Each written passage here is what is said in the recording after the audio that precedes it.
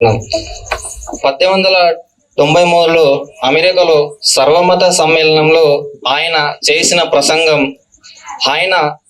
చేసిన ప్రసంగం వల్లనే మనం ఈరోజు ఆయన గురించి ఇంత గొప్పగా చెప్పుకోవడం జరుగుతుంది. బ్రదర్స్ అండ్ సిస్టర్స్ అనగానే అంత పెద్ద సభలో ఆ గొంతులో ఉన్న మాధుర్యాన్ని గ్రహించి అందరూ ఒక్కసారిగా, అంతకన్నా ముందు భారతదేశం పట్ల ప్రతి ఒక్కరికి అంటే విదేశీయులకు చులకన భావన ఉండేది. భారతదేశస్తులు మూఢనమ్మకస్తులు, నిరక్షరాస్తులు, అక్షర జ్ఞానం లేనివారు, వాళ్ళకి ఏవి కూడా తెలియదు. కానీ వాళ్ళకేం తెలుసు, ప్రపంచానికి మొత్తం నడిపించిన జ్ఞానం భారతదేశందని వారికి తెలియదు. వీటన్నిటిని కాపీ కొట్టి విదేశీయులు మనల్ని పాలించారు.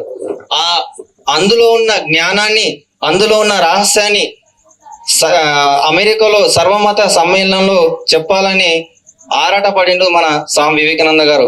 అందుకోసమైనా చాలా కష్టాలు నష్టాలు ఎదుర్కొన్నాడు. ఆయనకు మైసూరు మహారాజు సాయం చేయడం వల్ల అమెరికాకు వచ్చాడు. ఆయన ఖర్చులని మైసూరు మహారాజు భరించిండు. మనము ఇక్కడ రావడానికి మనకు ఎలాంటి ఆటంకాలు షరతులు వర్తించలేవు. కానీ ఆయన చికాగోలో ప్రసంగించడానికి అనేకమైన ఇబ్బందులు ఎదుర్కోవాల్సి వచ్చింది.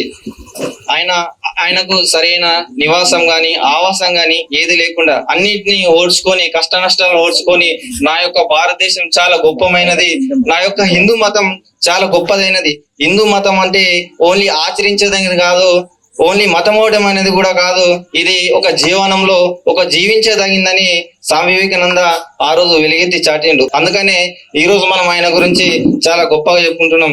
ఎవరు గొప్పవారు కారండి, మనం పెద్ద పెద్ద మాట్లాడాల్సిన అవసరమే లేదు. ఎందుకంటే మనము త్యాగాలు చేయట్లేమండి. ఒకటి, మనం కనీసం ఒక సెల్ ఫోన్ కానీ ఇంకా ఏదైనా ఎంజాయ్మెంట్ కానీ మనం దూరం పెడతలేం. మనం వీటిని త్యాగాలు చేస్తే మనం ఈ రోజు స్వామి వివేకానంద స్థాయిలో, అంత స్థాయిలో కాకుండా ఎంతో కొంత గొప్ప స్థాయిలో ఉంటాం.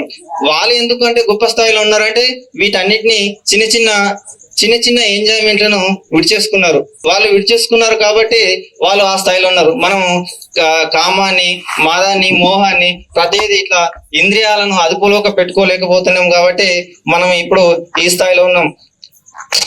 ఇంకో విషయం ఏంటంటే, నేను ఇంతకుముందు పోయిన సంవత్సరము స్వామి వివేకానంద జయంతి జరుపుకున్నప్పుడు రఘు గారు చేశారు. అప్పుడు ఆయన ప్రసంగంలో నాకు కొద్దిగా తడబాటు కనబడ్డది.